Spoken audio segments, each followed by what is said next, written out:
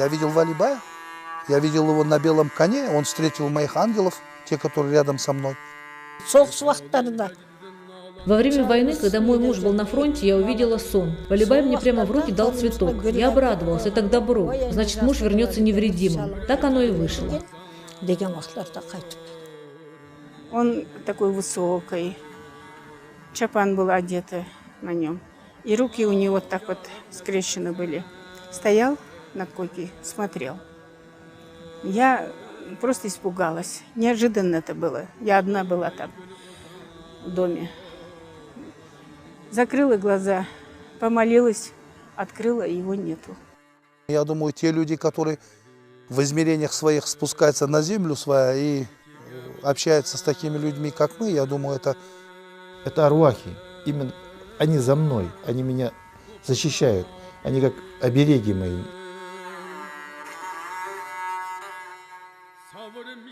Действительно, потомки Валибая Юлдашева свято верят в то, что дух их славного предка незримо присутствует рядом и помогает им во всем.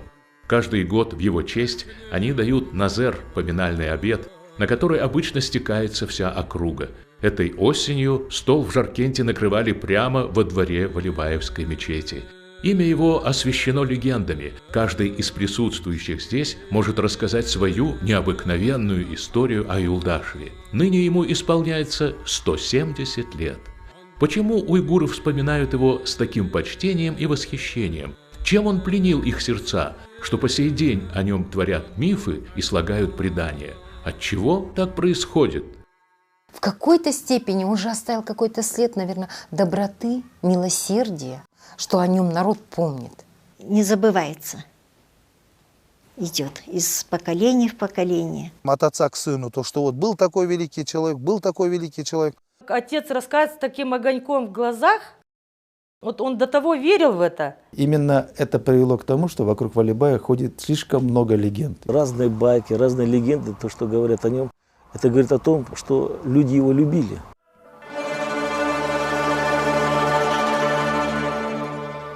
Это кто, говорю? И сынок мне говорит, это я, говорю. Это кто, говорю, сына? Он мне говорит, это ты, говорит. А это кто, сына? Это дедушка, говорит.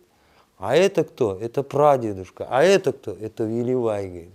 Вот, последнего показывает.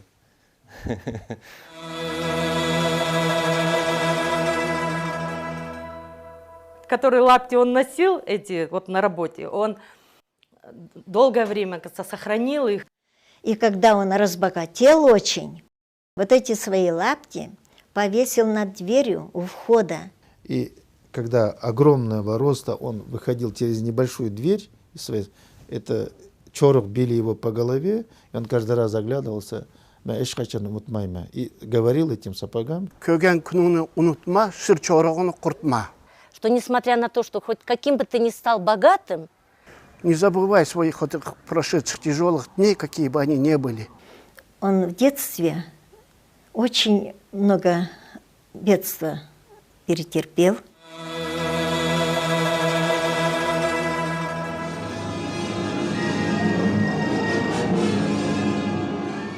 Ему суждено было появиться на свет в то время, когда бедствия и лишения стали словно черной родовой меткой народа. Исконно уйгурские земли стали китайскими, а сами уйгуры, их тогда именовали еще таранчами, были на положении рабов.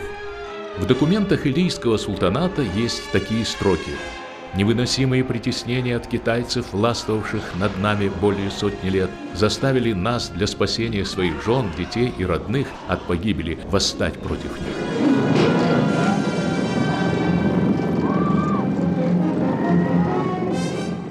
Уйгуры снова и снова поднимались на национально-освободительную борьбу. В одном из таких кровавых сражений погиб и отец Валибая. Есть сведения о том, что Валибай Юлдашев, он родственник Садыр Палвана. Это тоже наш батыр. Да, это наш национальный герой. Но тут есть одна интересная деталь. Они были сыновьями двух братьев, Юлдашмет и Хошахмет. Так вот, Садыр Палван является сыном Хошахмета. А Валиахон Юлдаш, откуда фамилия Юлдашев? Сыном Юлдашмет. Садыр Палван был во главе знаменитого восстания 1864 года. Когда цинский гарнизон укрылся в крепости Баендай, именно Садыр Палван сумел сделать подкоп и взорвать стену. В том же 1864 году основано Илийское ханство уйгуров. Но Цинская империя не собиралась мириться с независимостью уйгуров. Недаром их земли официально именовались Синьцзянь, что в переводе означало «новая завоеванная страна». На что мог рассчитывать в таких обстоятельствах бедный сирота уйгур? Разве что на чудо.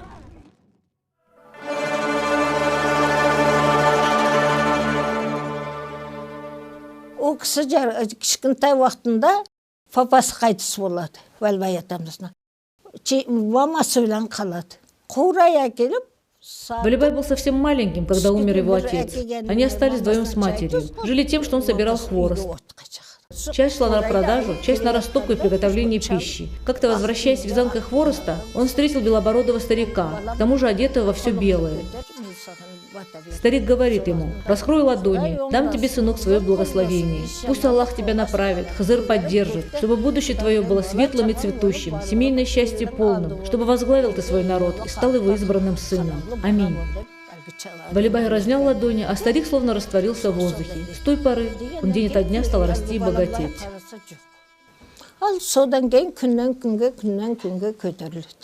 И вот он потихоньку становится богатым. И первое, он что делает, он начал выращивать бахчевые, развел виноградник, и первый виноград удачно продал, был хороший урожай. Завел этот ряд тутовника, шелкопряд это называется. И вот так потихоньку якобы он разбогател.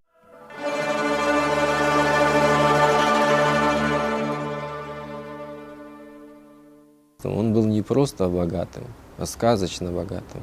Есть же богатые люди, о себе большое мнение, не признают людей, помогать не хотят. Другими пренебрегает, а он не был таким. Он очень много помогал народу, бедным. Когда он появлялся, бедные всегда его встречали, и он раскидывал туда-сюда, всем давал вот так денег. Неиссякаемое богатство у него было, не знаю. Вот. Богатство это Валибай Юлдашев заработал тем, что одновременно снабжал как цинское чиновничество, так и российские войска. Первых товарами, вторых продовольствием и фуражом. Ему принадлежала сеть магазинов от Кульджи до Верного.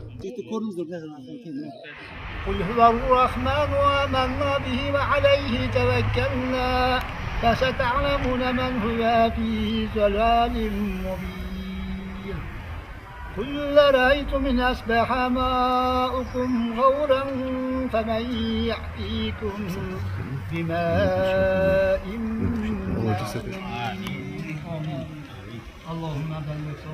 Чиновник переселенческого управления Российской империи Румянцев пишет: «Как велика власть Валибая, видно хотя бы из того, что таранчи при появлении его встают, а если едут на лошади, останавливаются, слезают, сняв шапку и приложив руку к сердцу, почтительно кланяются ему».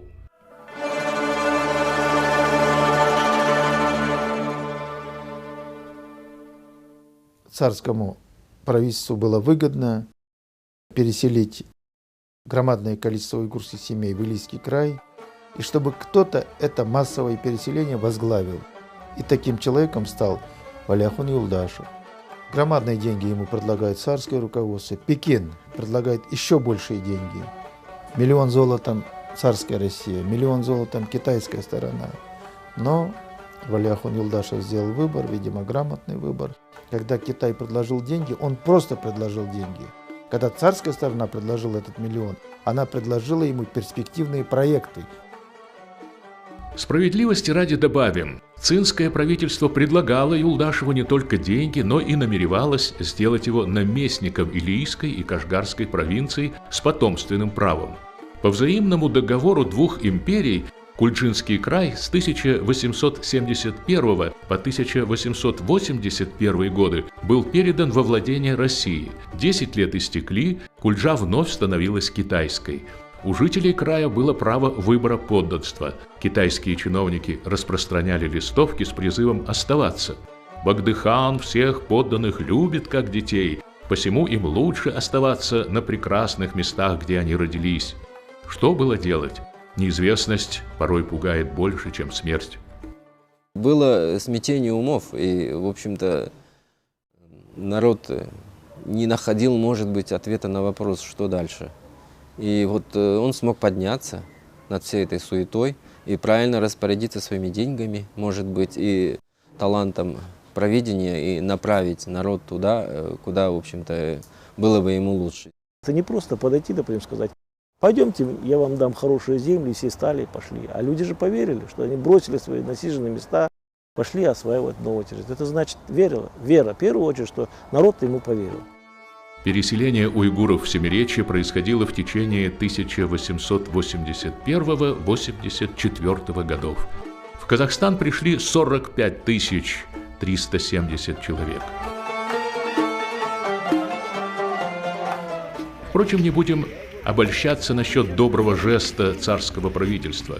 Это был вопрос стратегии – укрепить свое влияние на дальних рубежах, заселить безлюдный край, оградить окраину империи от посягательств Китая, и уйгуры стали именно таким добровольным щитом.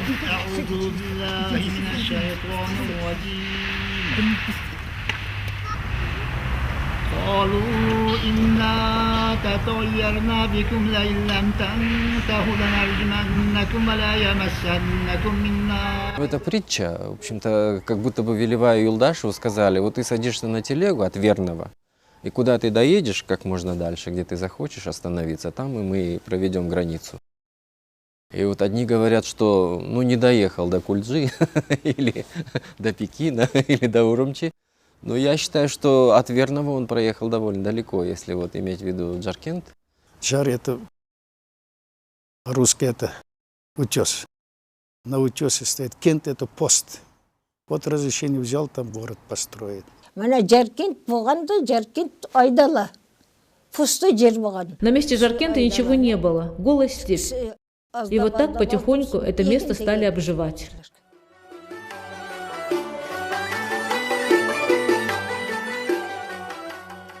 Румянцев отмечает: таранчи остались таранчами и в русском подданстве. Среди них много искусных ремесленников, а в деле глинобитного строительства они не имеют в крае конкурентов. Выкапывали как дома такие яры и жили, пока домов не было, они так жили. 14 тысяч крестьянов и других рабочих привез Жаркент. С Ленинграда, оказывается, архитектор в те времена вызывал, вот по их чертежам город строил.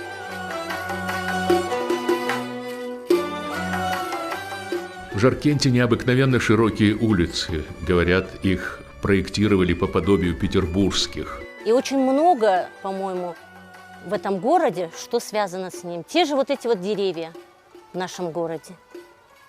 Им по 100 лет, они, посмотрите, какие высокие, какие они красивые. Эти тополя своим появлением обязаны Юлдашеву. Жаркентцы утверждают, что он самолично заказывал их семена в Петербурге. В городе еще сохранились здания той поры. Вот это бывшая городская управа, это, кажется, бывшая тюрьма, церковь 1896 года, мечеть, военные склады. Кстати, они и сейчас используются по прямому назначению.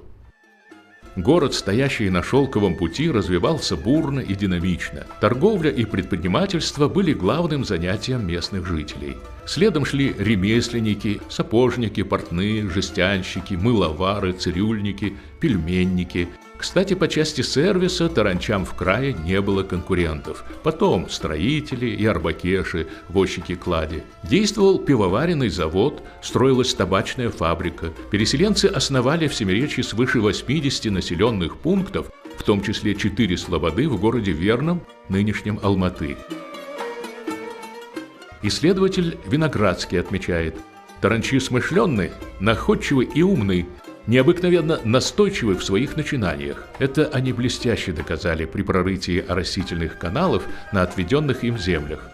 Русским колонистам подобная задача казалась невыполнимой.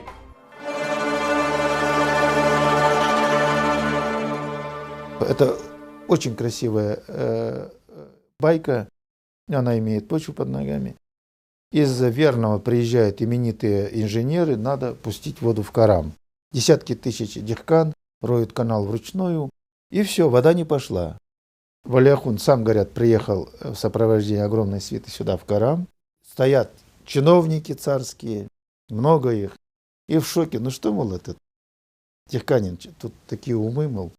А он все взял, взяли среднего ишачка, взяли 2 мешка песка, бросили на спину этому захудалому ишаку и погнали вперед. Груженный ишак, он выбирает небольшой подъем, он его обходит.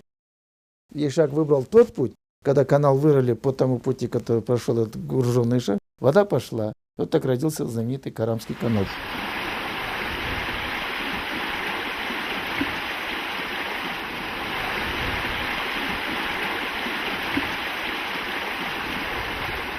Видя его огромную работу, даже сейчас, в наше время, начинаешь задумываться, какой колоссальный труд был сделан. Это строить каналы. Это не один канал, там 3 мощных канала было построено. Это была большая работа. Это даже в те времена, когда не было транспорта, не было механизмов, все это делалось вручную. Это очень большой труд. Юлдашеву принадлежат почти все таранчинские наделы рек Тышкан, Чижин, киргизские пашни при Байтюгеевской волости и казачьи наделы Николаевского и Голубеевского выселков. Им сооружены десятки арыков в Аккенской и Жаркенско-Таранчинской волостях.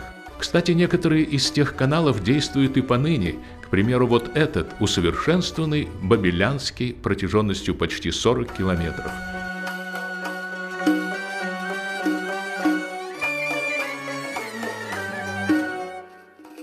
В 1886 году во главе Валева Юлдашева начали построить это великолепное сооружение. Архитектор китайский, Хуан Пик его звали. Он никому разрешения не давал. А вот перед дедушкой Веливаем не устоял. Лет 5, наверное, или 6 здесь жил один. Без единого гвоздя строился. Глину или песок привозили с Капчагая, тяньшанские ели с Киншанских гор спускали.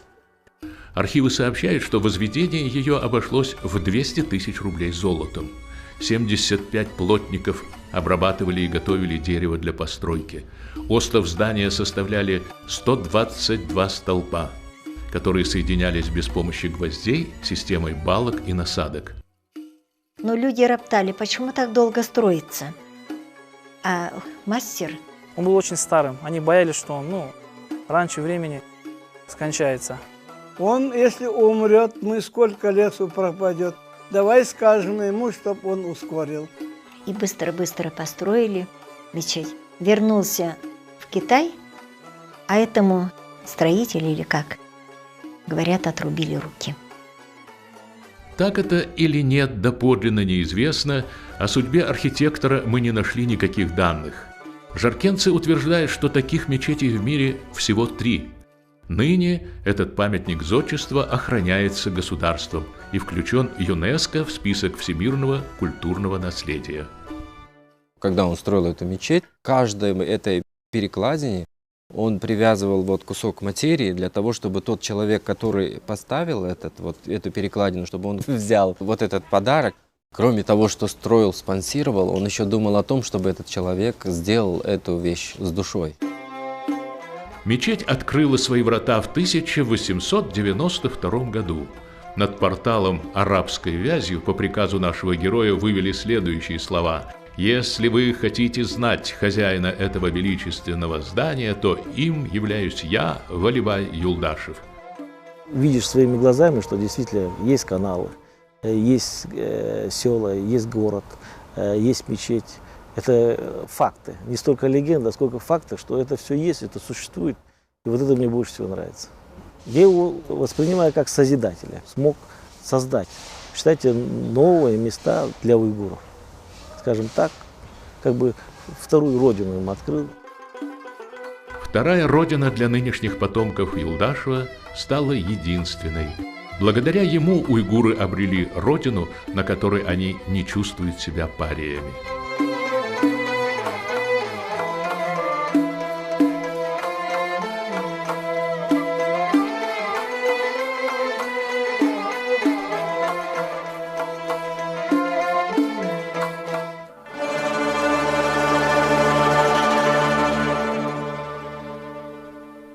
Жаркент приезжали артисты, цирк. Начали продавать билеты людям. Тогда он приехал с братом. Сперва закрыты были двери, но постучал, не открыли. Потом дедушка пнул, дверь открылась. Выходили даже, целовали ноги. Извините, господин Юлдашев, извините. Выкупил все билеты, раздал людям. Такой большой чемодан, полный денег. Потом кто там танцевал, пел, все к нему вот так вот со стены. Хоть 3 раза выходит, хоть 4 раза выходит, все равно давал по 5 рублей деньги. Говорит. Тогда барана стоила, говорит, 2,50 копеек, 2 рубля 50 копеек. Купец первой гильдии, почетный потомственный гражданин Жаркента, был одним из богатейших людей Семиречья. Годовой оборот Юлдашева достигал нескольких миллионов рублей. На заре позапрошлого века газета опубликовала стоимость имущества наиболее состоятельных граждан края. Имущество Юлдашева оценивалось в 27 250 рублей. Следом шли купцы Миршанов – 1600 рублей и Пугасов – 1500 рублей. Улавливаете разницу?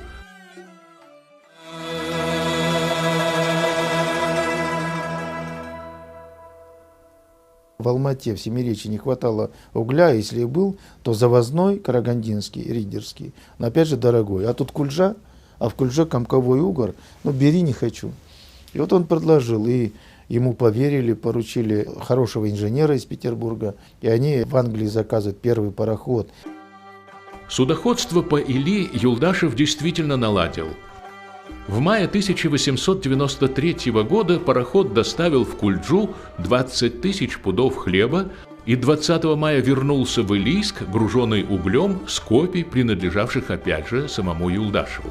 Купец решил пустить пароходы и по Иртышу. Свои деньги, по слухам, доверил иностранцам, то ли немцам, то ли англичанам. И представьте себе, они его кинули. Да и по Или судоходство прекратилось само собой. Во время сильной бури пароход и баржа Юлдашева затонули.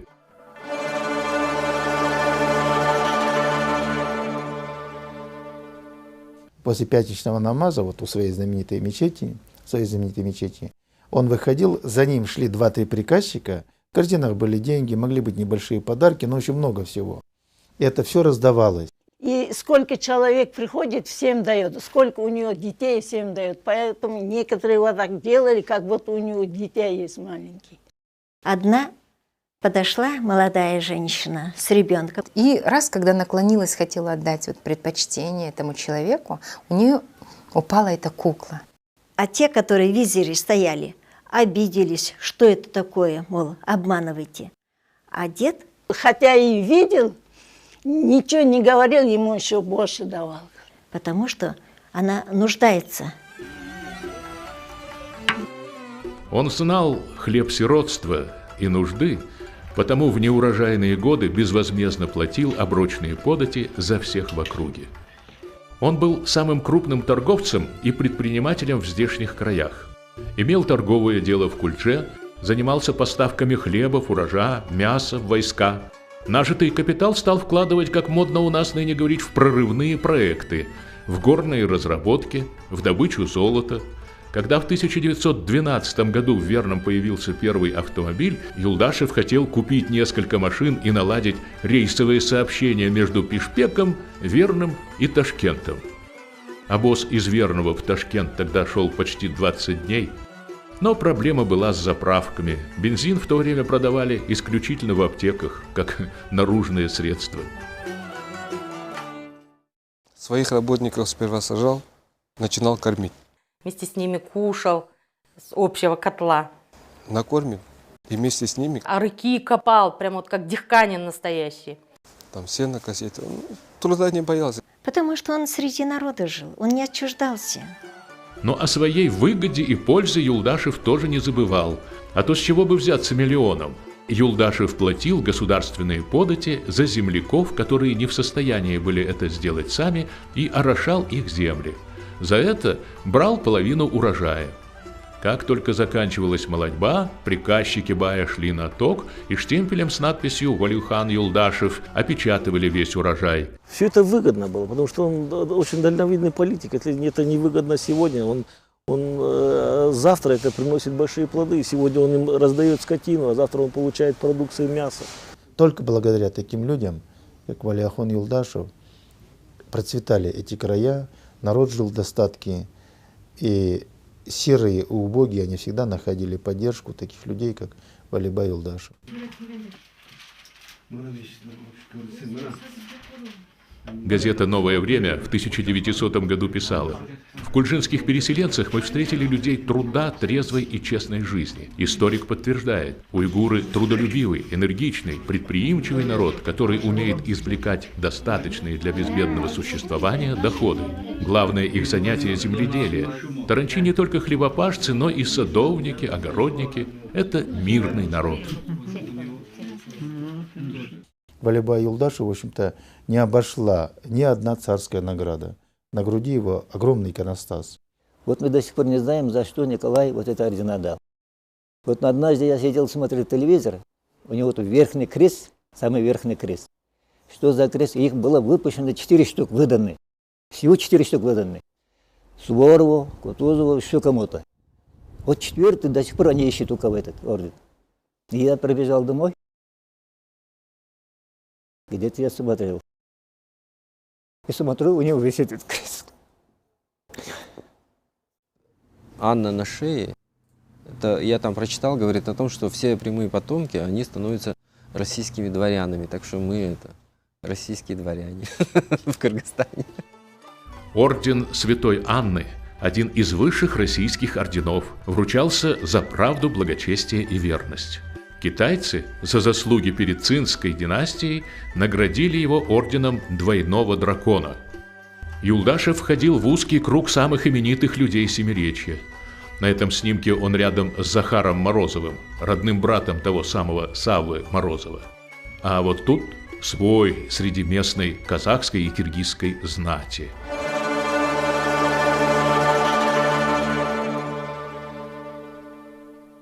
Вот рассказывали такие красивые истории, например, о поездке Валибая в Самарканд. Мне больше всего эта история нравится. 1913 год. Здесь у нас в городе Верном, как и во многих российских губерниях, идет очень серьезная подготовка к празднованию 300-летия династии Романовых. И всем купцам, именитым купцам Семиречьинской губернии, было дано указание непосредственно самим генерал-губернатором: давайте покажем наши достижения. И были Шахваросовы, были знаменитые Пугасов, был Валиахон Юлдашев, были казахские купцы, татарские купцы, но кого только не было. А самое главное, генерал-губернатор обещал всем медали непосредственно от императора. Если кто-то заслужит медаль, все будут награждены. Конечно же, всех переплюнул Валиахон Юлдашев. Он отдал своим людям поручение, те поехали в Кульджу, поехали в Турфан, поехали в Хатан и привезли самые диковинные вещи. И, конечно, Валиахон получает приглашение в Петербург.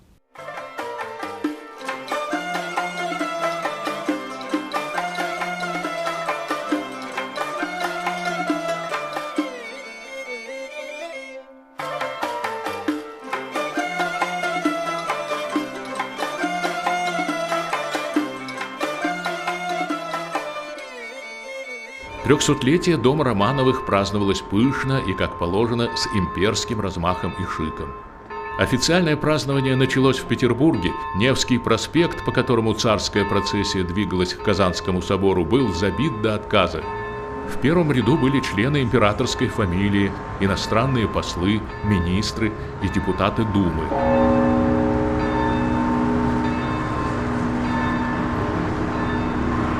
Кульминация торжеств состоялась в Москве. Со всех концов империи прибывали делегаты в национальных костюмах с дарами. Подарки императорскому дому поражали воображение. Гости стремились перещеголять друг друга.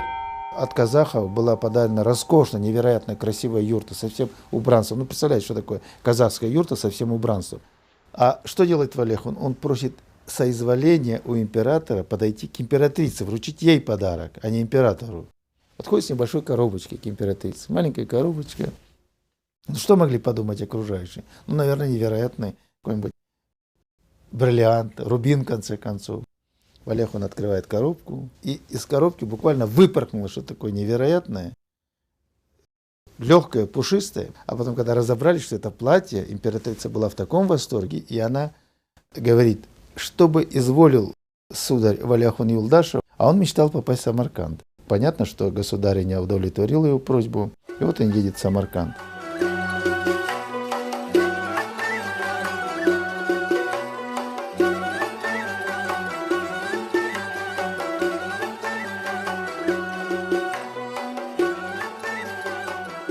В парке, разумеется, все это было устроено для Валибая Юлдашева. Играет музыка. И в каком-то уголке парка разыгрывают лотерею. Ну, как у нас, лохотрон. Несколько человек плакало прямо на взрыв. Подошел, что случилось? Что ты плачешь? Кругом праздник. Все ликуют, а ты плачешь. И тот рассказывает, вот у меня были последние таньга. Вот я отдал, а мне обещали вон ту куколку или вон ту шляпу, а я ничего не получил. Ему объясняют, это лотерея. Он говорит, это не лотерея, это обман. Немедленно закройте, это моя просьба, мое требование. Ну, коли просят, тут же закрыли.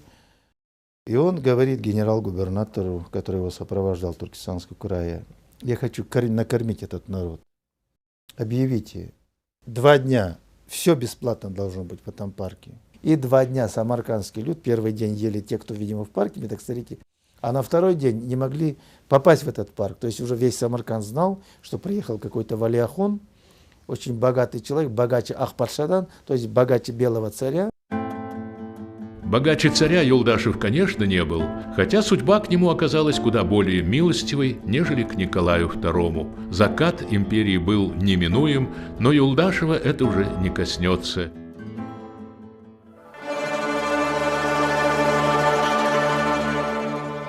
Есть другая притча, что почему Велибай Юлдашев умер в 16 году. Говорят, что хороший человек. И Аллах сохранил его от вот этой революции и последующих вот этих дрязг и всей грязи, которая потом случилась.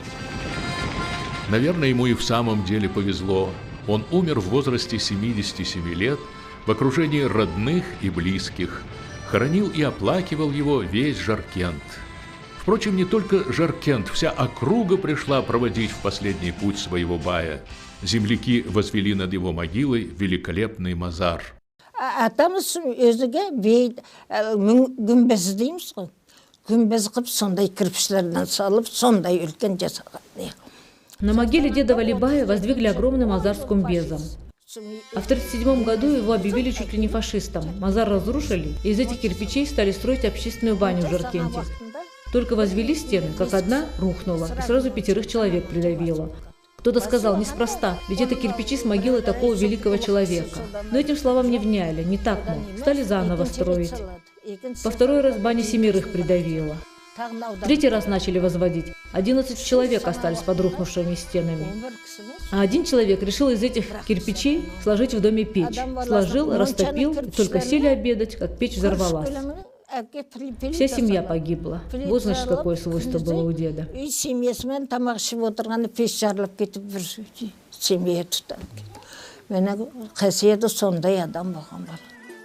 Спустя многие десятилетия одна из правнучек Валибая по кирпичику от той злополучной бани нашла на местном кладбище остатки надгробья.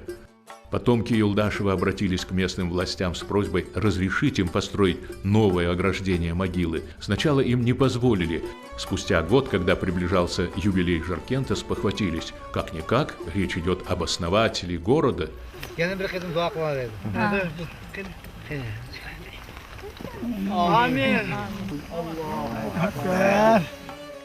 Недавно они нашли любительское видео той встречи и сейчас заново переживают те мгновения. Потомки по крупицам собирают материалы о Валиухане Юлдашеве и намерены отстроить новый мазар над его могилой. У него было испытание очень большим богатством, и он с честью вышел из него. У него было испытание очень большим бедствием, когда вот весь народ, казалось бы, должен был переселиться куда-то. он с честью вышел из него, он достойно представил свой народ в Петербурге, наряду с людьми, которые являются первыми лицами в Кыргызстане, в Казахстане. И я думаю, что вот эти его шаги, они имели большое значение в прошлом, но они имеют колоссальное влияние на будущее.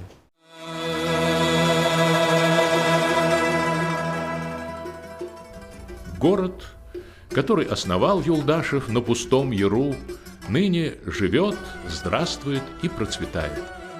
Валибай Юлдашев выполнил свою миссию. Он, как библейский Моисей, вывел уйгуров на новые земли. Они пустили здесь прочные корни.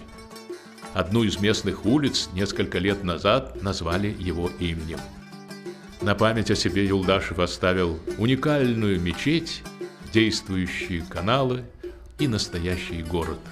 Дух его явно витает над этим местом. С Валибая Юлдашева начался новый отсчет времени в уйгурской истории. Валибай Юлдашев имеет свою лифту, свое место для уйгурского народа, для уйгурской культуры и истории. Факел освещает, у меня такое впечатление о нем. Дорогу показывал всем. Он творил то, что еще до него и после него никто так не мог сделать. Он и для народа жил. Народ к нему как вообще относился, как к Богу. Они, можно сказать, молились на него. Это обожествленный Ерем-патша, то есть полуцарь, полубог.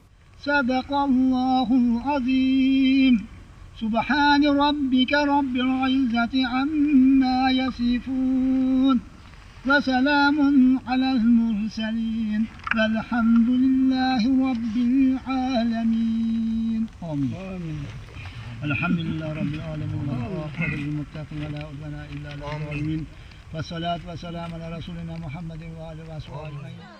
Наш президент в 2005 году, 12 августа был. Приехал, мы встретили, народ, толпа стояла здесь полностью. Когда заходили в большой мечеть, так он спрашивал, есть родственник у Валибая Юлдашева? Я говорю, есть, Нурсултан Абишевич.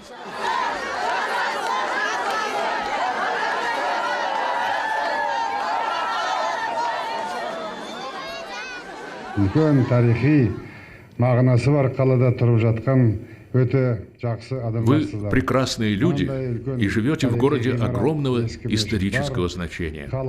Мы находимся в историческом месте. Это памятное здание было построено на народные средства при поддержке Валибая Юлдашева. Всем собравшимся тут желаю здоровья, благополучия и счастья. Благополучие народа – залог завтрашнего нашего расцвета. Пусть будет так.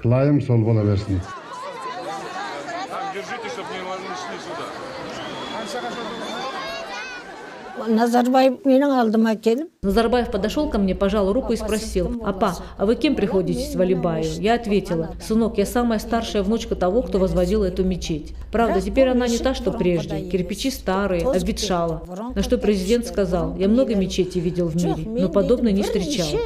Так что сколько надо денег, долларов, выделим». Кстати, в газетах это все прописали тогда. Мы эту мечеть восстановим. Вот. Доллар берем, қаншаны қайтадан жасап.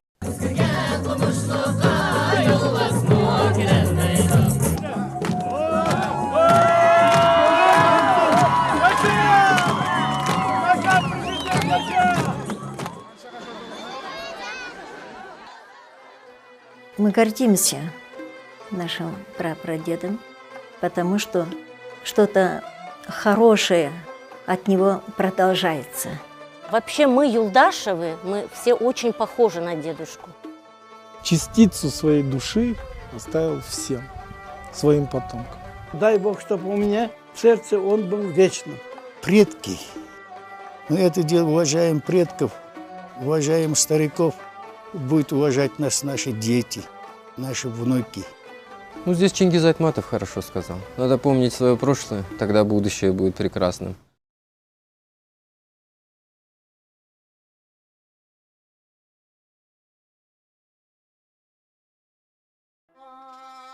Он верил в счастливое будущее своего народа и сам явление этого будущего, желанного и необходимого, как воздух Родины.